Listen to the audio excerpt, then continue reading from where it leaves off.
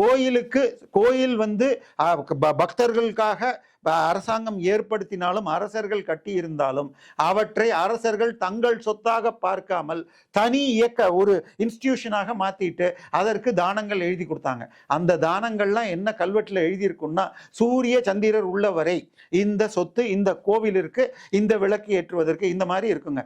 இதை சுட்டி காட்டி தான் லண்டன் உயர் நீதிமன்றத்தில் அங்கிருந்த பட்டூர் நடராஜர் சிலையை மீட்டுட்டு வந்தோம். சோ எந்த பக்தரும் கோவிலில் ஒழுங்காக நடவடிக்கை எடுக்கவில்லை, கோயில் சடங்குகளை அரசாங்கமோ அல்லது இப்பொழுது இருப்பவர்களோ மாற்றுகிறார்கள் என்றால் வழக்கு போடலாம். இதுல இன்னொன்னு, கோவிலை நிர்வாகம் செய்ய வேண்டியது அந்தந்த கோவிலுக்கான அறங்காவலர்கள்.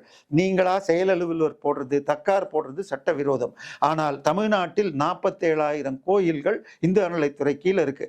அதுல 35,000 கோயில்ல 10,000க்கு கீழே ஆனுவல் இன்கம். அப்படின்னா ஒரு நாளைக்கு 28 ரூபா.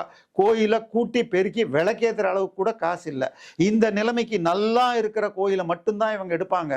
நீங்க நல்லா பராமரித்து வருமானம் இல்லை சார் கோயிலை எடுத்துக்கங்கன்னா எடுக்க மாட்டாங்க. சார் இந்த கோயிலில் உண்டியலில் இவ்வளோ காசு வருது, இவ்வளோ சொத்து இருக்குன்னா எடுப்பாங்க. அப்படிப்பட்ட கோயிலில் எடுத்த 47ல் 35,000, 78% இன்னைக்கு வருமானம் 10,000க்கு கீழே இருக்கு.